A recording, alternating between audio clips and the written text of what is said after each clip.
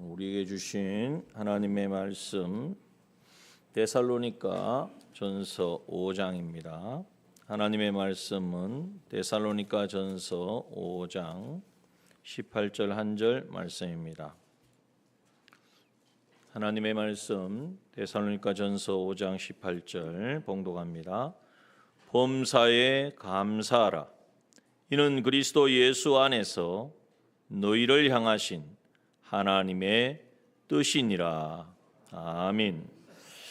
오늘은 모든 교회마다 하나님 앞에 맥주 감사 절기로 지키는 그러한 주일입니다. 맥주 감사 절기의 근거는 어떤 사람이 이렇게 하자 한 것이 아니라 하나님의 말씀에, 하나님이 우리에게 주신 신구약 성경 말씀, 특별히 구약의 이 3대 절기를 통하여서 우리에게 이 감사의 절기를 지키게 하신 것입니다. 그래서 구약에 우리가 너무나 잘 아는 감사의 이 3대 절기, 이것을 지키게 하신 그 말씀을 오늘 신약 시대에서는 어떻게 말씀하시느냐? 설교 시약 송소리 같습니다. 신약 시대의 말씀은 우리에게 주신 말씀이 뭐냐? 오늘 본문의 말씀입니다. 바로 뭐라고 말씀하십니까? 범사에 감사하라. 이것이 너희를 향한 하나님의 뜻이니라. 이렇게 말씀하고 있습니다.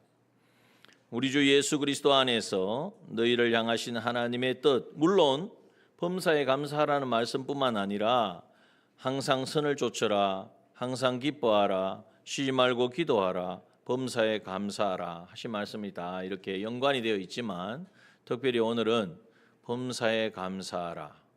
이것은 하나님의 뜻이다 라고 말씀하고 있다는 거죠. 이 말씀을 우리가 이제 한번 곰곰이 생각해 보면 감사는 해도 되고 안 해도 되고 형편이 좋으면 감사하고 감사할 수 없는 상황이면 감사하지 않아도 된다는 말씀은 아닙니다. 분명히 범사에 감사라고 하셨고 그보다 더 중요한 것이 뭐냐? 감사하는 것은 하나님의 뜻이라는 거예요. 이게 중요합니다. 그러면 하나님의 뜻을 어기는 것이 뭐죠?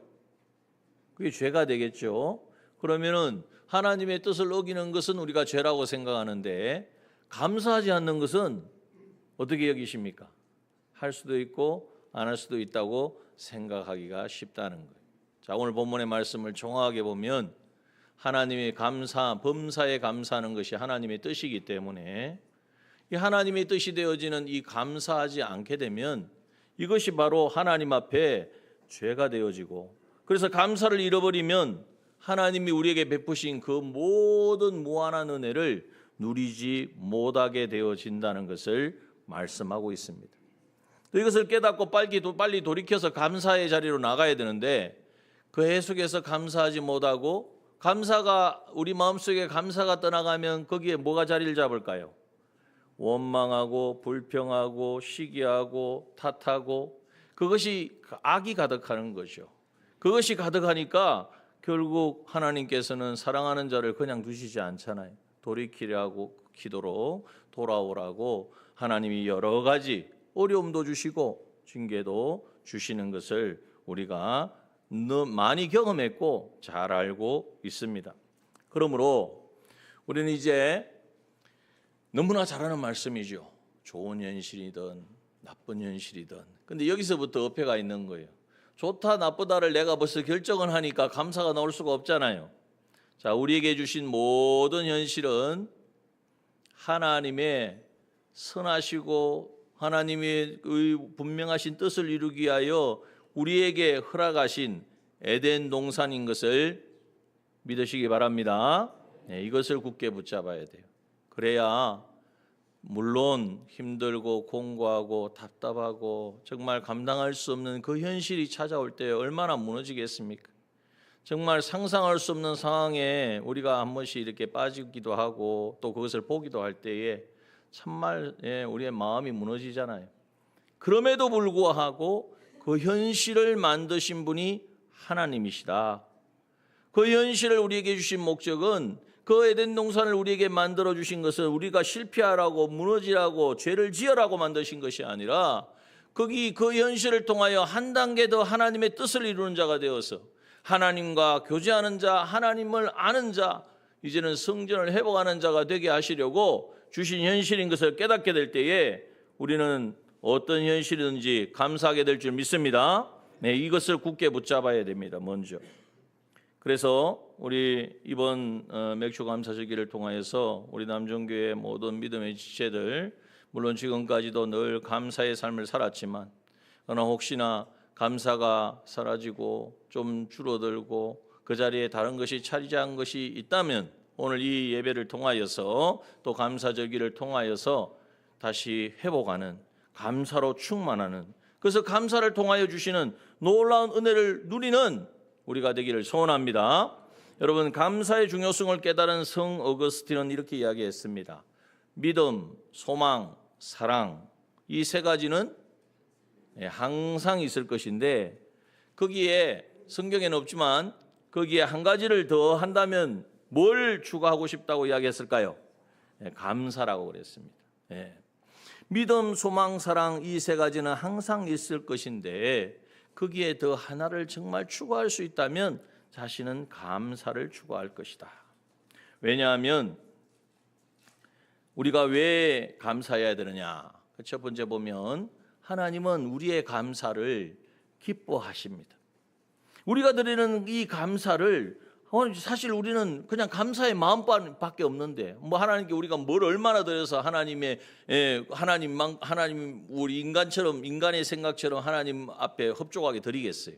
그런데 하나님은 우리가 감사하는 그 마음만 가지고 정말 주님 앞에 진정으로 나아갈 때에 하나님 너무나 기뻐하신다는 거예요. 이사야 43장 21절 말씀에 보면 하나님이 왜 우리를 지으셨느냐 말씀하고 있죠. 자, 같이 한번 읽어봅시다. 시작. 이 백성은 내가 나를 위하여 지었나니 나의 찬송을 부르게 하려 함이니라 말씀하셨습니다. 나의 찬송, 하나님을 찬양하고 높이고 기뻐하고 감사하는 그러한 존재로, 그러한 사람으로 하나님 우리를 창조하셨다는 거예요. 그래서 우리가 감사할 때에 하나님의 창조하신 그 목적이 이루어짐으로 하나님께 기쁨이 되어지는 거예요. 시편 22편 3절의 말씀에 보면 어떻게 말씀하고 있습니까? 한번 읽어볼까요? 이스라엘의 찬송 중에 거하시는 주여, 주는 거룩하시니이다. 이스라엘 하나님의 백성들이 하나님을 높이고 하나님을 찬양하고 입술로만 찬양하는 것이 아니라 마음으로 하나님께 진정으로 감사하며 나아갈 때에 하나님은 그 가운데에 거하시며 주는 거룩하니 그 사람도 점점 하나님의 형상을 회복하는 그러한 백성이 되게 하시겠다고 말씀하여 주시는 것입니다. 그러므로 감사는 해도 되고 안 해도 되고 할 수 있으면 하고가 아니라 계명이다. 구약의 이스라엘 백성들 이 3대 절기를 지키라고 명하셨잖아요. 그 3대 절기를 지키지 않으면 어떻게 될까요? 끊쳐지리라 그랬어요. 죽임을 당한다 그랬어요. 구약에서는 그것이 법칙으로 되어 있으니까 당연한 것처럼 여겨지고 오늘날 우리는 그것을 가볍게 여기면 안 된다는 거죠. 구약에는 감사의 절기를 지킨 것처럼 오늘 우리는 감사에 정말 항상 범사에 감사라고 하신 이 말씀을 붙들고 날마다 감사의 찬양을 올려드리고 기쁨을 올려드리고 하나님 앞에 영광 올려드리는 우리가 되어야 할 줄 믿습니다. 시편 69편을 한번 봅니다. 시편 69편 30절에 보면 이렇게 말씀하면 읽어봅시다. 내가 노래로 하나님의 이름을 찬송하며 감사함으로 하나님을 광대하시다 하리니. 31절 2절 1절도 시작. 이것이 소곧 뿔과 굽이 있는 황소를 드림보다 여호와를 더욱 기쁘시게 함이 될 것이라 말씀하여 주셨습니다. 황소를 잡아드리는 것보다 하나님이 드리는 제물 중에 가장 큰 그 제물이잖아요. 그보다도 더 크게 하나님이 기뻐하시고 여기시는 것은 뭐냐? 감사함으로 하나님 앞에 찬양하고 예배 드리는 것이라 그랬어요. 그래서 아주 유명한 메투엘리 목사님이 이렇게 말씀하셨어요. 감사는 더하기와 같아서 모든 것에 감사하면 어떤 상황, 형편이든지 감사가 들어가면 거기에는 하나님의 복이, 하나님의 은혜가 더하여진다. 맞습니까? 예. 그런데 감사하지 않으면 어떻게 될까요? 감사하게 되면 플러스의 축복이 있다는 거예요. 여러분, 하나님은 정말 우리가 생각에는 내가 이렇게 했으니까 요만큼 주시겠지, 그것이 아니에요. 하나님이 하시는 일은 내가 그 하나님을 인정하고 신뢰하고 믿음으로 순종하면, 감사하면 정말 넘치도록 부어 흔들어서 넘치게 주시는 분이라는 거죠. 그것을 우리가 받게 되어지는 것이 바로 감사인데, 감사가 사라지고 원망하고 불평하면 더하기가 아니고 빼기가 되어집니다. 어떻게 됩니까? 우리가 가지고 있는 이미 받은 은혜도 다 빼앗기고 감사 떠나고 원망 불평해 보십시오. 마음속에는 초조하고 어둡고 두렵고 싫어지고 사람 상대하기 싫고, 그러니 하나님 앞에 나오기도 싫고, 그러니 띄엄띄엄 이제는 그 모든 것이 엉망이 되어지는 거예요. 그러니까 하나님이 주시는 은혜와 복이 다 막혀버리는 것이죠. 그러므로 여러분, 우리는 이제 물론 감사하라, 교회 가니까 뭐 하나님께 감사하라고 한다 이렇게만 생각하지 마시고 잘 생각해 보십시오. 감사가 하나님을 기쁘시게 하고 하나님의 창조의 목적을 이루어드리는 것이 되어서 진정한 감사의 사람이 되어지면, 하나님이 우리에게 주시고자 원하시는, 하나님은 막 우리에게 주고 싶어 못 견뎌 하세요. 여러분, 사랑하는 자녀들이 한 번씩 멀리 있다가 집에 오면 뭐라도 챙겨주고 싶죠. 뭐라도 더 주고 싶고, 더 뭔가 도와주고 싶고, 우리 하나님은 그보다 우리가 가진 그 마음보다 더 하신 분이, 하나님으로부터 오는 모든 은혜와 복을 받아 누리는 그 방편이 뭐냐? 바로 감사라 하는 것입니다. 감사는 우리가 됩시다. 그런데 목사님은 감사하라고 하니까 목사님은 감사할 제목이 많은 것 같은데 저는 제목이 별로 없습니다 하시는 분들이 계실지 모르겠어요. 그럼 뭘 감사하느냐? 감사하라고 하니까 뭐 좋은 것, 잘된 것, 다른 사람 보기에 인정받을 수 있는 것, 이런 것만 생각하니까 감사가 안 나오는 거야. 그런 것이 뭐 사실은 있기도 하지만 그렇게 많지 않거든요. 그런데 하나님이 우리에게 주시는 은혜라는 것은 뭐냐 하면, 내가 원하는 대로, 내가 하고 싶은 대로 다 되어지는 게 은혜가 아니에요. 자, 하나님이 우리에게 주신 그 은혜에 감사할 수 있는 그 감사의 내용이 뭔가? 그것을 우리는 아마 그동안 많이 들으셨어요. 그래도 우리는 계속해서 이 사실을, 이 말씀을 늘 기억해야 돼요. 이걸 어디에서 찾아볼 수 있느냐? 물론 여러 군데서 우리가 이것을 확인할 수 있지만, 하나님이 이 감사절기를 허락하신 근거가 되어지는 이스라엘 백성들에게 주신 세 가지 절기를 통하여 우리는 확인할 수가 있는 거예요. 그 첫 번째 절기가 무엇입니까? 하나님이 이스라엘 백성들을 애굽의 종되었던, 종살이하던 그들을 구원해 주셨다는 거죠. 그 출애굽시키실 때 하나님이 어떻게 하셨느냐? 그냥 야 나가라 해서 나간 게 아닙니다. 거기 애굽이라는 나라가 이스라엘 백성들을 노예처럼 부리고 있었거든요. 성을 짓고 온갖 일을 시키고, 그리고 이제는 사람들이 자꾸 그래도 늘어나니까 어떻게 합니까? 남자아이가 태어나면 그 나일강에 던져 죽게 했어요. 민족 말살 정책을 편 거예요. 그래가지고 이제는 자기 완전히 애굽화 시키고 노예로 만들어 버리려고, 이렇게 이제는 종살이하고 살았는데, 그 이스라엘 백성들을 하나님께서는 그냥 두시지 않았죠. 불쌍해서요? 물론 불쌍하기도 하지만 하나님의 약속, 하나님의 계획하심을 따라, 누구와 약속하셨습니까? 아브라함을 통하여 하나님께서 약속하셨어요. 너의 후손이 애굽에 종살이할 것이다. 그러나 400년이 못 되어 그들이 이제는 내가 너에게 약속한, 뭐라고 약속했습니까? 혼토 진적 아비집을 따라 내가 너에게 지시한 땅으로 가라. 그리하면 큰 민족을 이루게 하시고 창대케 하시고 복의 근원이 되게 하시겠다고 하신 그 약속대로 하나님께서 하나님이 주시는 이 가나안 땅으로 인도하여 주실 것을 말씀하여 주셨고, 그것을 이행해 주셨어요. 그런데 이스라엘 백성들이 종살이하던 이스라엘 백성들이 이제 나가려고 하니까 그냥 보내줍니까? 그래서 하나님이 10가지 재앙을 내리셨죠. 그래서 우리가 10재앙 그러는데, 그 10재앙의 마지막 재앙이 뭐냐? 장자재앙이죠. 모든 사람의 처음 난 첫 아들, 그리고 짐승의 첫 새끼는 다 죽임을 당하는 거예요. 그 밤에 다 죽임을 당하는 사망의 그림자가 드리워지고 다 통곡을 하는데 왜? 죽었으니까. 살아가는 아들이 죽었으니까, 정말 애지중지하던 가축이 죽었으니까 얼마나 참 안타깝겠어요. 그런데 곡소리가 나지 아니하는, 울음소리가 나지 않은 집이 있었습니다. 그 집은 어떤 집입니까? 하나님의 말씀대로 이제는 어린 양을 잡아서 그 양의 피로 이제는 그 문설주의 좌우임방에 바른 그 집은 그 장자 재앙을 피하게 된 거예요. 그 장자 재앙이 왔지만은 넘어갔다 그랬어요. 그래서 그 절기를 유월절이라고 합니다. 자, 이 유월절의 절기, 그래 구원을 받은 거예요.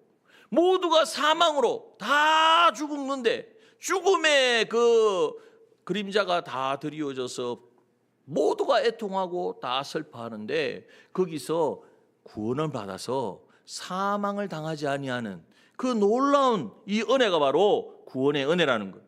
오늘 우리는 그러면 이스라엘 백성들은 그렇게 구원해 주셨지만 우리는 어떻게, 나하고는 무슨 관계가 있습니까?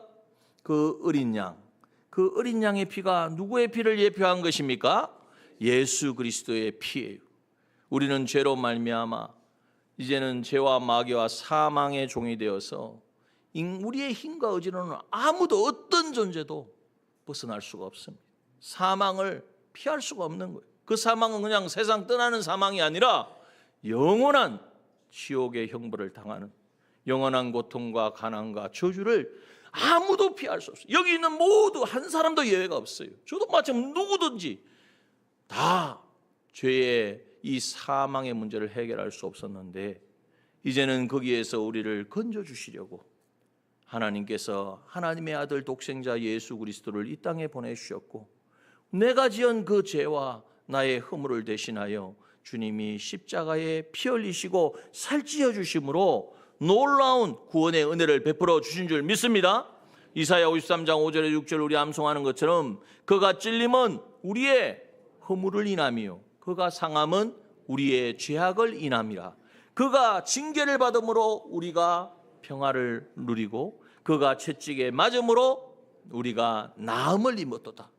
우리는 다 양 같아서 그릇 행하여 각기 제 길로 갔거늘 여호와께서는 우리 무리의 죄악을, 나의 죄를, 내 마음대로 내 뜻대로 살아온 그 모든 죄와 악을 누구에게요?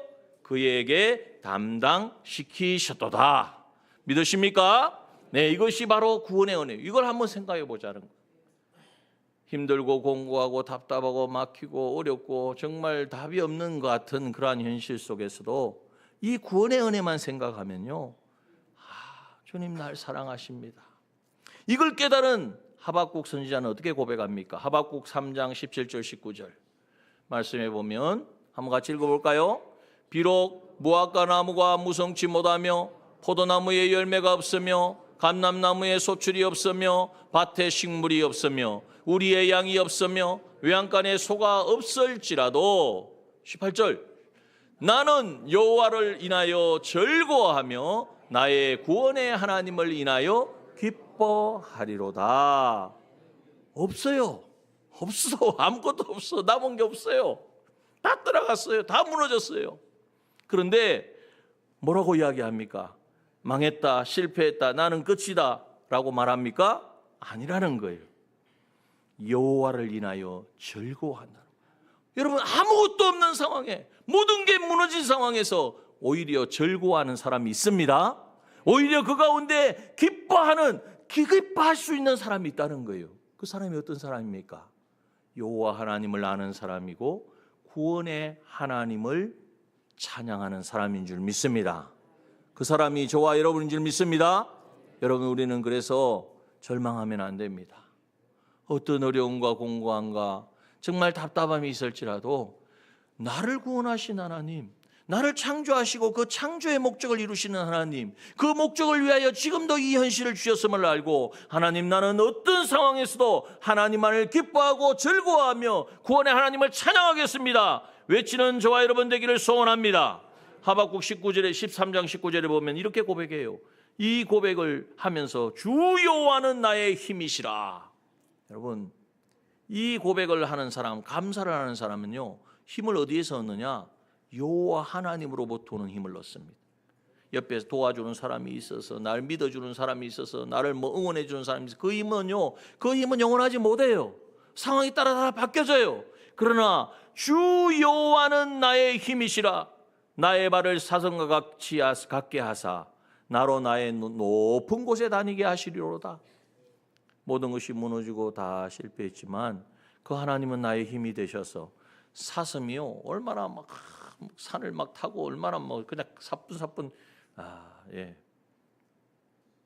하나님께서 그러한 우리가 되게 하실 줄 믿습니다. 모든 현실을 뛰어넘는다는 거예요. 그 현실에 맡기지 않는다는 거예요. 오히려 그 현실의 파도를 타고 하나님의 살아계심과 하나님의 역사하심을 경험하는 사람이 되게 하신다는 것을 말씀하고 있습니다. 여러분, 그래서 우리가 깨달아야 될 것은 뭐냐? 물질이나 가난이나 육신의 질병 때문에 감사하지 못하는 것이 아니고요. 잘 생각해 보세요.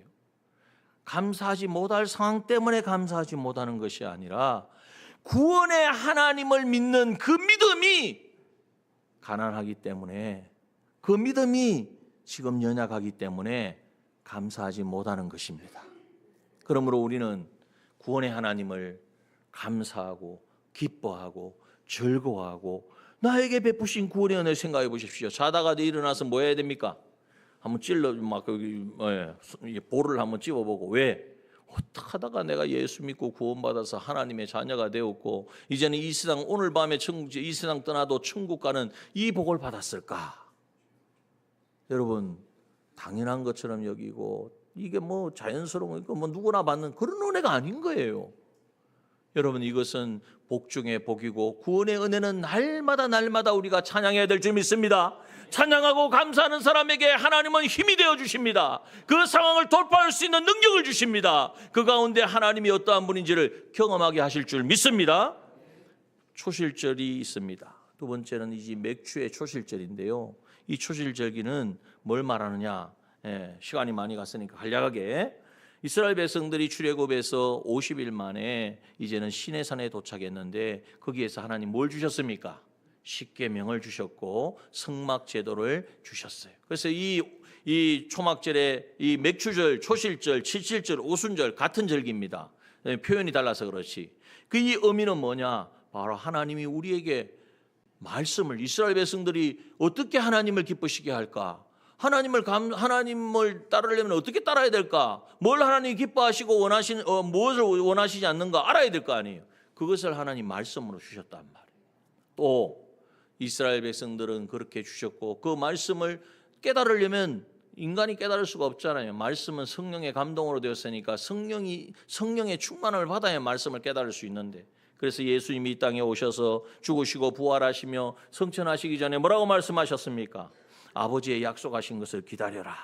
그래서 그 말씀 믿고 이제는 열심히 기도하는 가운데 120명의 이 성도들이 이 마가다락방에 모여 기도할 때에 오순절 날에 뭐가 임했습니까? 성령이 임했다는 거예요. 그래서 여러분, 오늘 맥주 이 감사절기는 뭘 의미하느냐?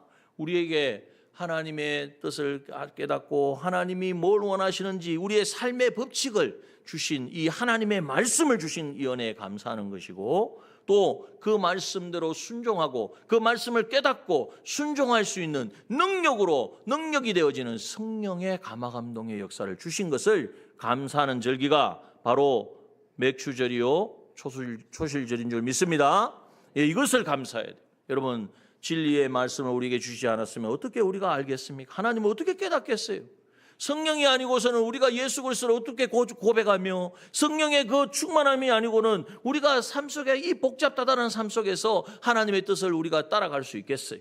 그러니 우리에게 하나님의 약속의 말씀을 주신 것을 기뻐하고 감사하고, 그러면은 말씀 주셨으니까 감사하니까 그냥 가지고 그만 다니면 됩니까?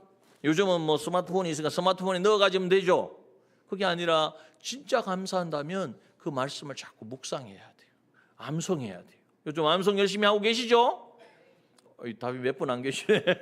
암송을 안 하십니까? 암송 도전하십시오. 한 절이라도 하면 어딥니까? 한 구절이라도 하면 어딥니까? 뭐 상품 달라, 내가 그런 거 생각하지 마시고, 상품 받는 거는 제가 열심히 하시면 제가 드릴게. 예. 그러니까 어떡하니 말씀을 묵상하고 말씀을 묵상해야 그 말씀의 저자이신 성령 하나님을 만납니다. 여러분 성령 충만은 가만히 있는데 하나님이 어느 날 막 불로 임하는 거 아니고요. 기도 가운데에 기도는 뭘 가지고 기도합니까? 하나님 말씀을 붙들고 그 말씀대로 이루어질 것을 믿고 간절히 기도하는 그 가운데에 성령 하나님이 내 안에 오셔서 내 거짓된 생각은 다 제거해 주시고 불로 태워주시고, 그래서 불로 태운다는 거예요.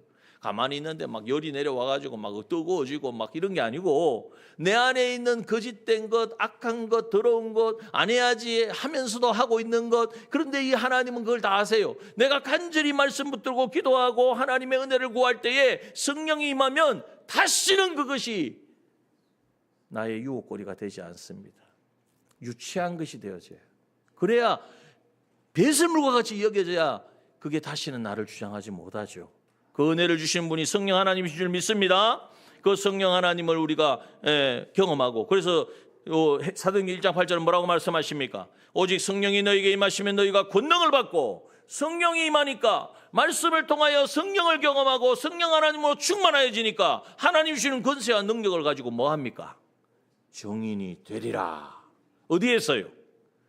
예루살렘과 온 유대와 사마리아와 땅끝에서, 내 삶의 모든 영역에서 가까운 사람부터 모르는 사람까지 나하고 좀, 그래서 이게 우리가 전도할 수 있는 힘이 어디에서 나오느냐? 이 하나님의 말씀을 묵상하고 그 말씀을 통하여 성령의 충만함을 받을 때에 영혼들이 보여지는 거예요. 불쌍하다. 아무리 저렇게 떵떵거리고 살아가지만은 세상 떠나면 저 영원한 지옥을 향할 건데, 지옥 구덩이에 떨어질 건데, 그게 보이니까 어떻게 잠이 옵니까?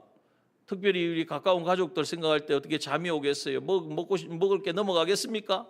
그러니까 기도하게 되고, 그러니까 정인의 삶을 살게 되고, 그들에게 복음을 전하는 이 삶을 살게 되는 줄 믿습니다. 우리가 그 일을 해야 돼요. 또 세 번째, 장막절을 장막절의 은혜입니다. 장막절은 이스라엘 백성들이 40년 동안 광야 생활을 했는데, 신명기 8장 2절에 4절 말씀을 보면 정확하게 나와 있습니다.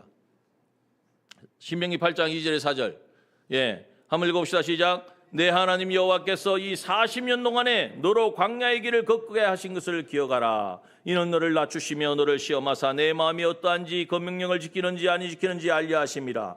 쭉 넘어가서 저기 보면은 4절입니다. 이 40년 동안에 내 의복이 헤어지지 아니하였고 내 발이 부렀지 아니하였느니라. 40년 광야를 지났는데요, 사망을 걸었는데요, 의복이 안 떨어지 헤어지지 아니하고 발이 부럽지 않았다. 이게 얼마나 놀라운 은혜입니까? 기적과 이적이죠. 여러분, 이것이 바로 하나님의 안보하심입니다. 여러분, 우리가 하나님의 안보하여 주시지 아니하면 세상에 우리는 정말 고아와 같습니다. 어떻게 할 수 있어요? 우는 사자와 같이 우리를 넘어뜨리고 먹으려고 삼키려고 하는 이 악한 마귀 사탄의 이 계계를 어떻게 우리가 감당을 하겠습니까?